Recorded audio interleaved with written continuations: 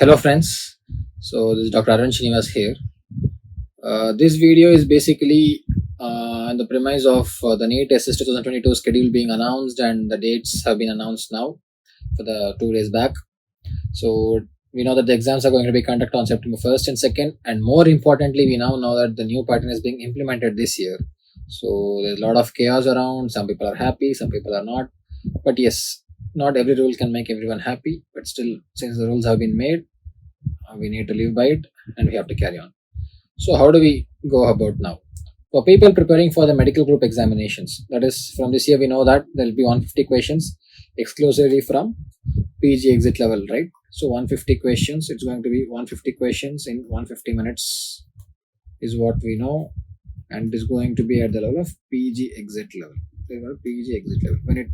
When they say PG exit level, so for any exam from the medical group, so now we know that all the DM, nephrology, cardiology, endocrinology, critical care medicine, everything is going to come under medical group. So for medical group, the most important thing we need to know is it's going to be from Harrison's, right? It is going to be from Harrison's. And of course from other specialty textbooks. So before we go into how to read and what to do in the remaining 40 odd days that is left, there are certain things that we need to understand. So we have all sorts of people preparing here. Some people who are working, some people who are at home, and some people who are like completely prepared, some people who have just started preparation, some people who just want to give the exam to see where they stand, some people who are midway through their preparation. So we have all kinds of mix here, but the last 40 days are going to be the same for all of you.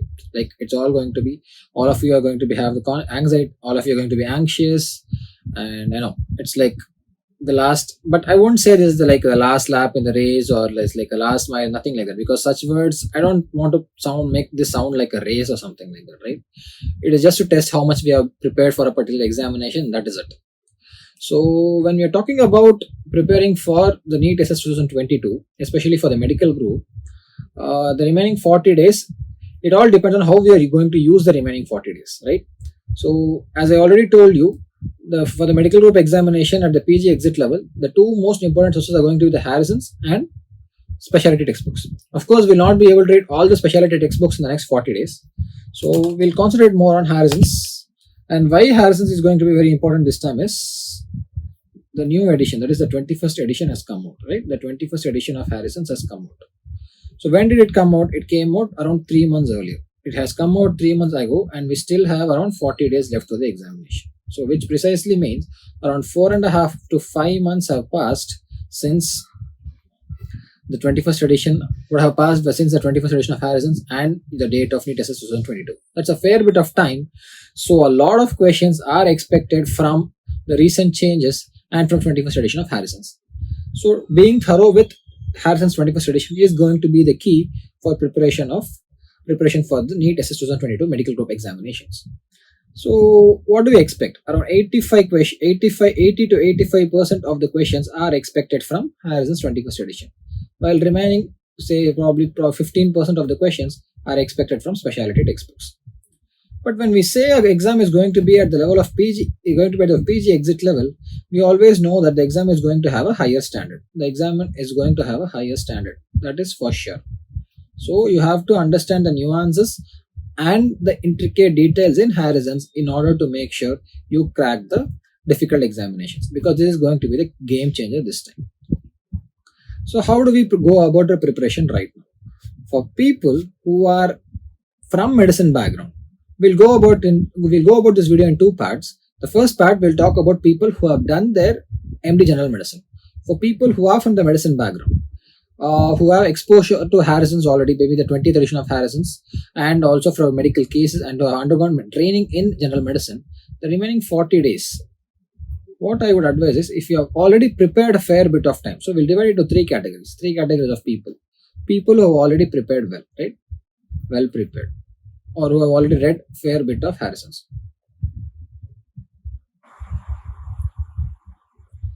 So well prepared people, or people who are halfway through their preparation, and people who are just starting. So we'll probably divide it into three categories. So for the well prepared people, what I would say suggest is, since you already have a fair amount of exposure to Harrison's and to general medicine, I would suggest you do two important things right now. Look at the updates and solve a lot of MCQs. This is what you people are supposed to do. Make notes of these, prepare for the updates from Harrison's 21st edition and MCQs. That is very important. So what updates do you read? All the changes from 20th edition to 21st edition of Harrison's is supposed to be read. And MCQs, yes, of course, you have to solve a lot of MCQs for two reasons. One is to make yourself exam ready, right? To prepare yourself for the examination. Second thing is to test your knowledge and deficiencies. So you can work on your deficiencies accordingly and plan your revision. This is what I would suggest for you people. For people who are halfway through, the remaining 40 days, you can probably split into three. That is, the first 20 days, the next 10 days, and the last 10 days. The first 20 days, finish off all that you are left. Okay, finish off the deficient topics. Finish off your deficient topics. The next 10 days, utilize for updates from 21st edition of Harrison's and also start solving MCQs slowly. The last 10 days is only going to be MCQs. One more thing you have to do is utilize all the 40 days to solve a fair amount of MCQs. Like you can slowly start with around 25 to 30 MCQs per day when you are reading off the other subjects and slowly increase it to up to 50 to 70 MCQs per day as you move along. This is one way of preparing. But when I tell you all these ways of preparing, I would also like to tell you that there's no one way of preparation for all of you. There's no one size that fits all. Each of us have different strengths and weaknesses, and I would suggest whichever is best for you, whichever you think will work out for you, you better follow that. That would be the best way to prepare. This is just a guide or a way for people who want some motivation or who want some amount of some ignition in order to start preparing. For people who are just starting, I would suggest, if you are someone who is free all the time, that is, you're not working anywhere right now, then probably you can use the 40 days completely and divide it, as I said earlier, into 20, 10 and 10 as in these people. And what you could do is, in the first 20 days, you could finish off all the tabular columns, figures and flowcharts from Harrison's. Yes, all the tabular columns, figures and flowcharts from Harrison's. Similarly, what you could do is, you could also look at the updates in the 21st edition of Harrison's. So these four things you will have to be very thorough in whatever time you have. Added with this, you could start solving MCQs daily. Start from around 40 to 50 MCQs per day and slowly go up to 100 MCQs per day along with explanation. This is assuming that you have an exposure in general medicine in your postgraduate days and you have read a fair amount of Harrison's in your postgraduate days. That is, you have medicine exposure in your undergrad days, postgrad days, and also have read Harrison's during your postgrad days, which effectively means that you know of quite a bit of medicine. And to capitalize on that, you could read on the tabular columns, the figures and the flowcharts from Harrison's, and also the recent updates from 21st edition of Harrison's, and solve MCQs. Probably start with 40 to 50 MCQs, and once you get into the groove, you could increase to up to 100 MCQs per day and more if you have more time and if you're capable. So that is one way of preparing. So the 40 days can be used effectively this way. So what problems could you face? Or these tabular columns, figures, flowcharts and updates, all of you are supposed to be thorough. It's not only people who are just starting, even people who are well prepared all along and people who are halfway through their preparation can definitely start reading or start revising all the tabular columns, figures, flowcharts and updates from 21st edition of Harrison's in order to be thorough for the examinations. There's one more thing I would like to tell you. Once you have read all this, for all of you to be thorough about the updates, MCQs, and for all these tabular columns and flowcharts, all of us need some consolidated source. I cannot be skipping through entire Harrison's in the last 40 days of my examinations, right? So what we could do is, we are all in requirement of an online platform that will help us do this effectively. So online platform that will do it effectively from 21st edition Harrison's. So for this 21st edition Harrison's, Surgtest has come up with an excellent question bank. Surgtest is the way forward because the question bank of general medicine in Surgtest is exclusively from 21st edition Harrison's, which gives you all the updates and also excellent hand-picked MCQs for you to be thorough for the examination. So the next 40 days, for all of you, people who are well prepared, people who are halfway through preparation, and people who are just starting, you could utilize the Surgtest question bank in order to satisfy all that I have told you right now. So it ticks all the boxes for all of you. So you could probably use the question bank. Right. So this was for people who had some exposure to general medicine during their postgraduate days. Now with the new pattern, there's something we know, that is people who have not read general medicine during a postgrad days. For example, people from pediatrics or a person from pulmonary medicine or someone from anesthesia, right? Or an emergency medicine and so on. So all of basically these three important groups, they are also eligible for some fields in the medical group. They can also apply for some of the DM specialties or DRNB specialties in medical group, right? For example, a person from anesthesia appearing for critical care medicine, or a pulmonary medicine appearing for critical care medicine or cardio, or from peds appearing for any adult super specialty which they are eligible for, right? So what can they do? Even they are going to be tested from the medical group examination, that is at a PG exit level general medicine. So they are also supposed to read the same thing that a person who has finished general medicine is going to read. So how do we go about this? For all of you, I would still suggest the same. What you could do is the remaining 40 days, right? You have 40 days. You could divide it into 3. And that is topics you are decently aware of. Topics you are half aware, that is you know quite a bit of it but you don't know it completely. Topics you're not aware or completely alien topics, right? For example, this could vary for different people and for different specialties. If I have to talk in terms of anesthesia, so for people who are decently aware, that is if you are in anesthesia, I presume most anesthesiologists would be good in their cardiac sciences. Cardiac and pulmo are two important topics that most anesthesiologists are decently aware of. And parts of nephro like CKD and AKI and other glomerular diseases parts, and parts of hepatic and GI, right? These are parts which anesthesiologists are aware but not completely, because I'm in the general medicine part. Of course, the anesthetic implications of all these they definitely know, but the general medicine part of this they might not know completely. Yes, since they don't handle it every day. For some not aware, people who are not aware, the topics are not aware, most probably could be something like a rheumat, because an anesthesiologist is not going to manage rheumatological cases every day, right? So they might probably utilize it once in a while if they're going to deal with a patient presenting with a rheumatological condition, presenting for some surgery. That is when they come up with, or if they're working in the ICU, if the patient with rheumatological condition gets admitted within ICU, they might read about certain rheumatological topics. But they might not be dealing with rheumatological disease every day, and it's not a part of the curriculum. So it's nothing. They don't have to be blamed for anything. It is nothing like it is not them who are supposed to be blamed. But yes, of course, questions are going to come from rheumatology, and they might have to know a word or two about it.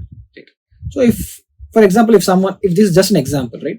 If this is going to vary among anesthesiologists and from one specialty to another, pediatricians might know this better, but they might not know some other topics better. So this is going to be highly individually variable and also variable among different fields, right?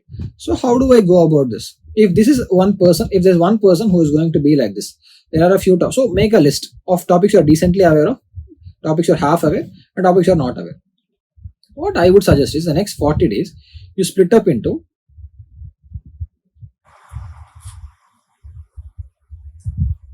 So what I would suggest is the next 40 days you split up into 3 parts, right? Again, similarly, 20 days, say 10 to 12 days, and the next 8 to 10 days, right? We could do this way. The first 20 days, what you could do is first finish off topics that you are decently aware of initially, and with the time that you have, you can start on the topics that you are not aware. Why am I suggesting this? Once you start with the topics that you are decently aware of, you get into the groove easily. You start solving the MCQs. You should utilize the entire time to solve MCQs, right? You solve MCQs from the question bank. Why do I say this? If you start reading Harrison's completely, it might not be possible to finish off entire Harrison's in the next 40 days. But a retrospective method to read Harrison's could be followed. That is, the key topics could be studied in a retrospective fashion. So from the MCQ bank of question, MCQ Q bank from Surgtest, you could utilize it for completing the entire general medicine. What could be done is, in the initial 20 days, you can make a decent plan in order to first start with the topics that you're decently aware of, that you're well versed, probably have more knowledge about, and start preparing from those topics. Say, for example, you start with cardiology. You start preparing with cardiology, because if you are from anesthesia background, or if you are from a pediatric background, or even pulmonary medicine background, you might know a fair bit of valvular heart disease or a congenital heart disease, and also from heart failure and all those topics. So reading from cardiology would give you an initial groove. You get into the groove of solving MCQs, and you also get into the groove of studying the subject in a much faster way. That will give you more confidence that you know something about the subject. From being completely blank and completely blanked out about a particular field, you start gaining confidence. In order to give that initial impetus to your preparation, I would suggest start preparing from a topic that you're decently aware of. Then slowly move on to a topic that you're not aware. So once you get into the groove, reading a topic like rheumatology is going to be easier, because you now know that you know something and you have time to read something new. So once you start preparing that way, you use the extra time in these 20 days to prepare for the topics you're not aware of, and the next 10 to 12 days is going to be for the topics that you're completely not aware, right? You can work it out this way. Once this is done, once this 10 to 12 days is utilized to prepare topics that you're completely not aware of, the last 8 to 10 days will be utilized to make sure you complete your preparation with the topics that you're half aware of. Say a nephro or a hepatic or a GI, which you're not completely aware, but you know fair bit of topics in that. You could utilize the remaining time and accordingly titrate the time that you have to solve the MCQs from these particular topics. This is one way of preparing. The other way is to just split up the remaining number of 40 days into the volume of questions that you have to solve in each of the systems, and probably go about. See, for example, if you think neurology is a bigger topic, if you say neuro and endocrine are going to be a bigger topics, what they could do is you could give a maximum number, say 4 days for neuro and say 3 days for endocrine. Just an example, depending on how much of baseline knowledge you have. So possibly you can split up the 40 days into these topics and start solving the MCQs in these topics. And what you could do is, once you, for example, you go to the neuro Q bank from the medicine, if you go into neuro Q bank and you start solving question number 1, you read the explanation, but there are certain things you don't understand. Like, you read the question, you read the explanation, there's a fair amount of knowledge that you gain, but probably you have something that you don't understand. What you could do is, in the question bank from Surgtest, there is a reference along with the chapter. So you can always go back to that chapter in Harrison's and probably read it through in 5 to 10 minutes for you to understand whatever you did not understand from the question bank. So that is one way of retrospectively going back to Harrison's to read out only things that you seem to have a lacuna in. That is one way of preparing for these. From this question bank. So even for people who have not finished their post-graduation in MD General Medicine, but are from other backgrounds, still the Surgtest question bank in General Medicine is going to have excellent help, because it gives you an entire 21st edition Harrison's in a nutshell for you to retrospectively go back to Harrison's whenever you find a lacuna in your preparation. That is one way of doing this. Also, as I said earlier, for the people who from General Medicine, even people from other specialties are expected to know the figures, tables, flow charts, and the new updates from 21st edition Harrison's. So for all this, the question bank from Surgtest is going to be very helpful. Also, you can always go back to the figures, tables, and flowcharts in the Harrison's and have a look at it. So this will help you completely boost your preparation, right? So now I have covered in detail about how a person from both general medicine background and a non-general medicine background can prepare for NEET SS 2022. But this video will be incomplete if I don't say a few things. First of all, never panic, because once you start panicking, your preparation isn't going to be complete. Its preparation is not going to be effective, because while panicking, you're definitely not going to have full concentration on preparing. Forget about the results right now. Your entire goal now is only to concentrate on your own preparation. Don't look at someone else's preparation and feel bad about it. At the same time, don't look at how you have utilized your time in the past and feel bad about it or feel guilty about it. All that is done now. Whatever is lying in front of you is these 40 days. And of course, it's not the end of the world. Of course, you've already finished your post-graduation. You have 2 days. You have an MBBS and an MD with you. You might have much more also. Yes, this is your dream branch, but this is not the end of the road. These 40 days are definitely crucial, but yes, It is always doable and is not something impossible. So don't feel dejected, don't feel demotivated at this point of time, and never panic.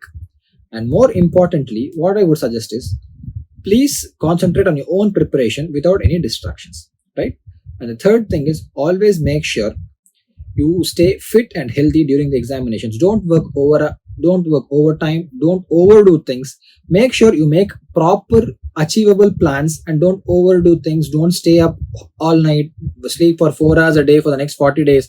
That is definitely going to suppress your central nervous system. You're not going to be able to cognitively function better. So what I would advise is make sure you follow your routine, use the time that you have to prepare effectively, and make sure that will give you the proper results. You know what time you have, you know how much you want to, how much you have to prepare from your current situation. Utilize that, but at the same time, please make sure that you don't overdo things. That is also very important. The third thing is, and the most important thing is, I would always suggest you, because I'm a huge Mahendra Singh Dhoni fan. So, from the words of Mahendra Singh Dhoni, or from his entire game that I watched over the years, there's something I would like to tell you. So, this is the last minute, the minute that MSD always loved, right? He used to take it deep and down to the last minute in order for him and the bowler to be at the same ground, for him to soak all the pressure and put all the pressure on the bowler. This is exactly what you're supposed to do now. Soak in all the pressure, because now you know that although all of you are at different levels of preparation, it's the same 40 days for all of you. The panic levels, the anxiety levels are going to be the same. So all of you are at the same level at this point of time, and which that means you have to make sure that you soak in the pressure and just say, I am doing this, because the process is what matters and it is never about the result. Results will definitely come. What matters more is the process. I have told you about the process, and I'm pretty sure in this process, Surgtest is going to be of great help to you. So please make sure you utilize the question bank, and also please make sure that you are mentally and physically healthy during the next 40 days for you to come out with excellent ranks in the upcoming NEET SS 2022 session. So Surgtest is always with you. I wish you all the best for the upcoming session. Thank you.